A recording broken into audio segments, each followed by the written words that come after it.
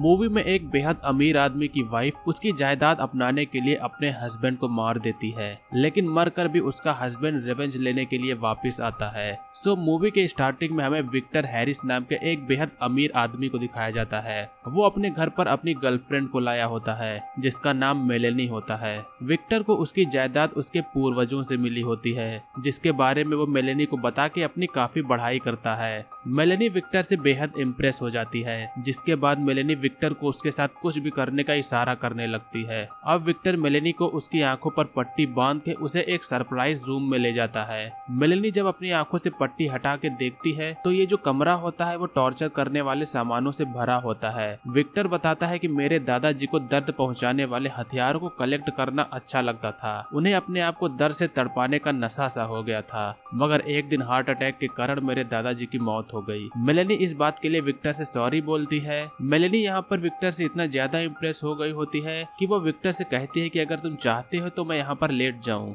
जिसके रिप्लाई में विक्टर कहता है कि तुम कितनी समझदार हो, यही तो मुझे पसंद है। अब मेलेनी उसी रैक पर लेट जाती है। विक्टर सारे जंजीरों को मेलेनी के हाथ और पैरों से बांध देता है। वो मेलेनी के साथ में हल्का सा रोमांस करते हुए उसे टॉर्चर करने वाले रैक की खूबियां बताता है, जिससे मेलेनी डरने के बजाय और भी प्लेजर महसूस करती है। विक्टर जब उस रैक के लीवर को बढ़ाता है तो मेलेनी को धीमा सा दर्द होता है।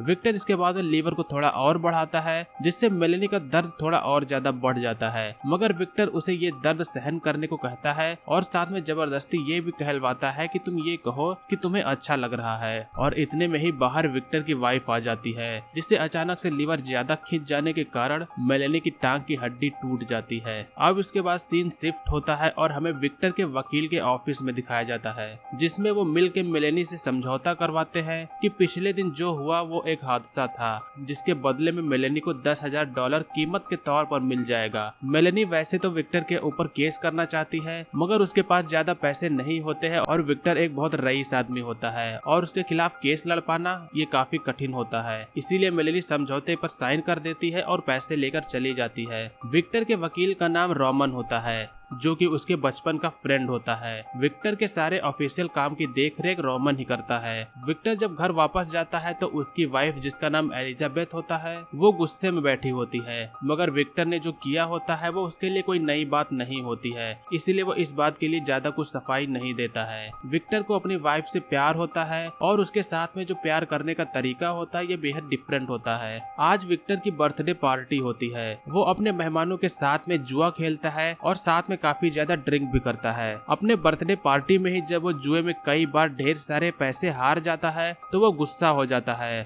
जिससे वो अपनी वाइफ के साथ में बदतमीजी कर देता है। एलिजाबेथ उससे गुस्सा होकर अब यहाँ से चली जाती है। यहाँ पर एलिजाबेथ का विक्टर के वकील यानी कि रोमन के साथ में उसका एक्स्ट्रा मैरिटल अफेयर्स होता है। ये बात मगर विक्टर हैरिस को नहीं पता होती है कि उसकी वाइफ उसके पीठ पीछे रोमन के साथ में मजे करती है। एलिजाबेथ जब अपने रूम में वापस आती है तो वहाँ पर रोमन होता है और इसके बाद दोनों लोग रोमांस करने लगते हैं। उन दोनों के रोमांस करते वक्त तभी विक्टर दरवाजे पर आ जाता है। एलिजाबेथ रोमन को अलमारी में छिपा देती है। विक्टर यहाँ काफी नशे की हालत में होता है और जैसे ही वो बेड पर जाता है तुरंत सो जाता है। इसी का मौका देखकर रोमन जल्दी से निकल जाता है। एलिजाबेथ विक्टर से परेशान हो चुकी होती है क्योंकि विक्टर हमेशा फालतू के काम किया करता है, जिससे छुटकारा पाने के लिए एलिजाबेथ और रोमन विक्टर को मारने का प्लान बनाते हैं, क्योंकि उसके मरने के बाद में ये सारी प्रॉपर्टी एलिजाबेथ की हो जाएगी। नेक्स्ट डे रोमन फ्रीड नाम के एक बंदे के पास जाकर एक बेहद ही हार्ड ड्रग मांगता है। फ्रीड कई सारे किस्म के ड्रग्स को सप्लाई करने का काम करता है, जिसके बाद में वो TTX नाम का एक तीव्र ड्रग रोमन को दे देता है। ये ड्रग जिसको नशे के लिए सिर्फ 1 या फिर 2 बूंद लेना ही काफी है और अगर ये ज्यादा ओवरडोज किया जाए तो इंसान की तुरंत मौत हो जाएगी। लेकिन इस दौरान शरीर तो काम करना बंद कर देगा, मगर उसका माइंड कुछ % तक काम करता रहेगा। रोमन इस ड्रग को लेके सीधा विक्टर के घर जाता है। रोमन ने साथ में विक्टर के खाने के लिए चाउमीन भी लिया होता है। वो एलिजाबेथ को ये ड्रग दिखाता है,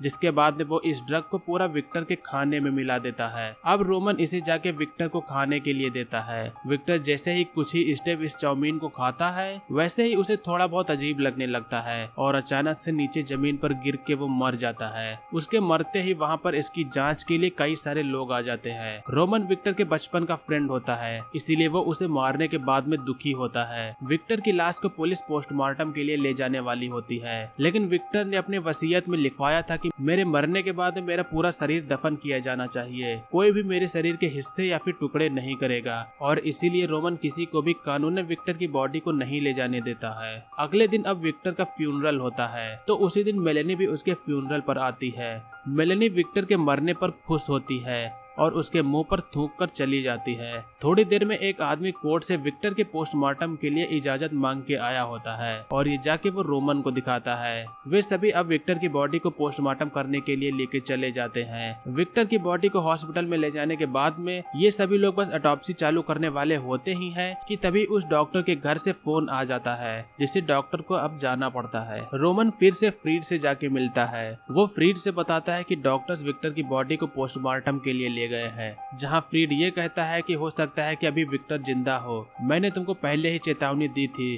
कि ये जो ड्रग है वो किसी को मारता नहीं है, बस लंबे समय के लिए बेहोश कर देता है, और सभी लोगों की जांच बस यही लगेगा कि वो मर चुका है। अब इसके बाद फिर से हमें पोस्टमार्टम वाली जगह को दिखाया जाता है, जहां पर कुछ स्टूडेंट एक लाश को अपनी स्टडी के लिए ऑटोप्सी करके उसकी जांच करने वाले होते हैं। उन लोगों को एक बॉडी एक्सपेरिमेंट करने के लिए मिली होती है, मगर इस बॉडी की हालत बेहद खराब होती है, जिसके बाद में वो सभी इस बॉडी के टैग को विक्टर की बॉडी के टैग से बदल देते हैं, और इसके बाद में अब वो लोग विक्टर की बॉडी पर एक्सपेरिमेंट करने की सोचते हैं।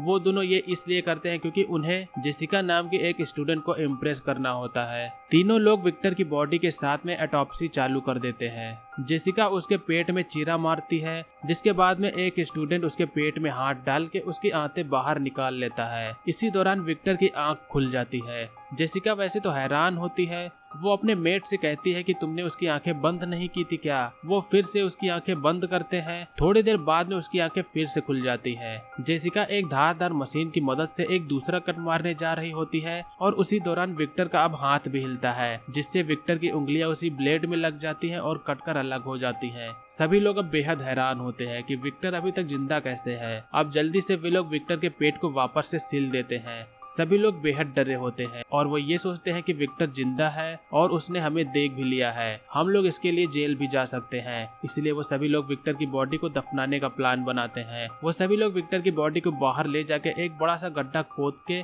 उसकी बॉडी को दफनाने वाले होते हैं कि तभी विक्टर फिर से जिंदा होकर बाहर निकल जाता है और सबसे पहले जेसिका को और इसके बाद में बचे दोनों लोगों को खतरनाक तरीके से मार देता है। अगले दिन विक्टर सीधा सबसे पहले मेलेनी के पास में जाता है। वो उसको उसी के घर में बेड से बांध देता है और इसके बाद में मेलेनी के साथ में गलत हरकतें करना चालू कर देता है। मेलेनी भी काफी हैरान होती है कि एक दिन पहले वो उसके फ्यूनरल पर गई थी, तो विक्टर जिंदा कैसे हो गया। विक्टर मेलेनी के घर से अपनी वाइफ के पास में फोन करता है, लेकिन फोन रोमन उठाता है। इस साइड में मेलेनी अपने आप को छुड़ा लेती है और भागने की कोशिश करती है, मगर विक्टर उसे उसी की स्टिक से सर पर मार के उसे मार डालता है। मेलेनी के मरने की आवाज फोन के थ्रू रोमन सुन लेता है और वो जान जाता है कि विक्टर सच में जिंदा ही है, मगर रोमन ये बात एलिजाबेथ से नहीं बताता है। जिसके बाद में एलिजाबेथ रोमन से फोन लेके अपने कमरे में चली जाती है और दोबारा उसी नंबर पर जब कॉल करती है तो उसे पता चलता है कि ये नंबर तो मेलेनी का है।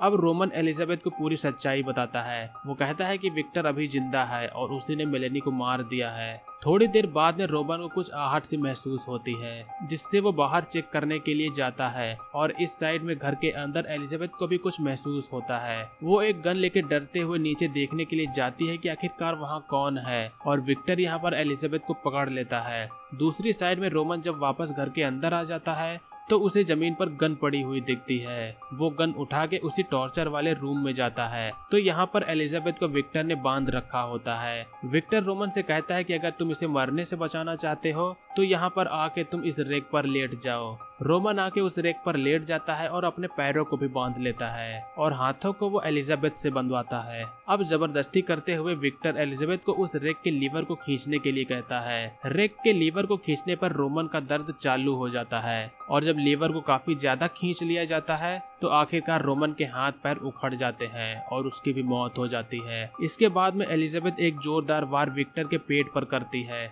जिससे विक्टर के पेट के जो टांके होते हैं वो खुल जाते हैं और उसकी आंतें जमीन पर गिर जाती हैं। अब एलिजाबेथ एक हैचेट की मदद से विक्टर के सर पर मारकर उसे मार देती है। अंत में सिर्फ एलिजाबेथ बचती है और यहीं पर मूवी का एंड होता है। सो दोस्तों, ये थी हमारी 2006 की एक थ्रिल सस्पेंस मूवी जिसका नाम है लिविंग डेथ। उम्मीद करता हूँ कि आप लोग को मूवी का एक्सप्लेनेशन पसंद आया होगा। आज की वीडियो के लिए बस इतना ही, मिलेंगे अगली वीडियो में, तब तक के लिए बाय। जय हिंद, वंदे मातरम।